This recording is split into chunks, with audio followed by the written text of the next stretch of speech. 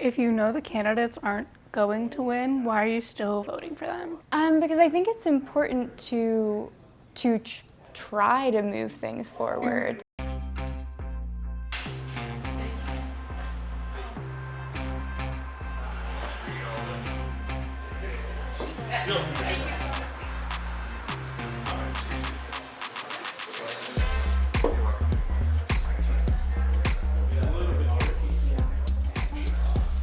Rolling on wide shot.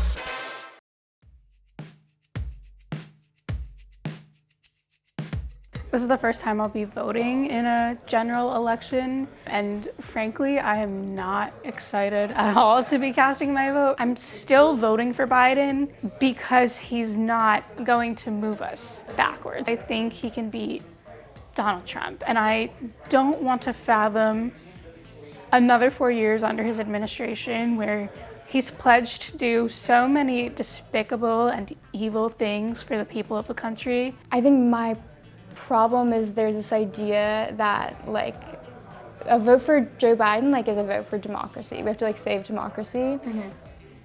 But we don't really live in a democracy if that is how our options are presented. I hope to vote for Claudia and Karina from the Party of Socialism and Liberation. They are a smaller campaign.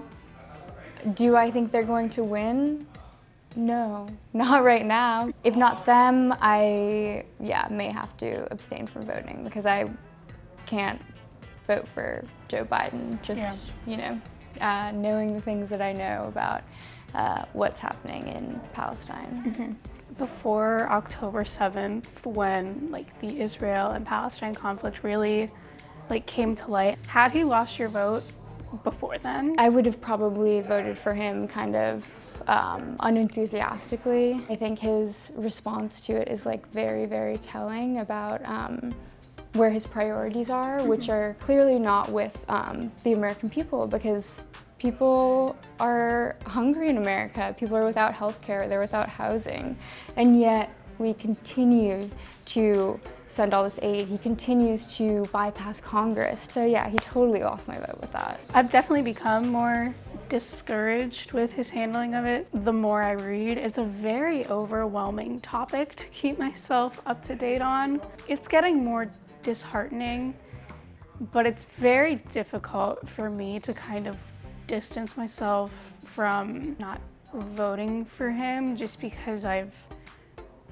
always known Democrats and Republicans are the two parties that get anywhere, like it or not. I hear this argument about the lesser of two evils pretty consistently, and I just don't feel that is always a valid lens through which we should be viewing our politics.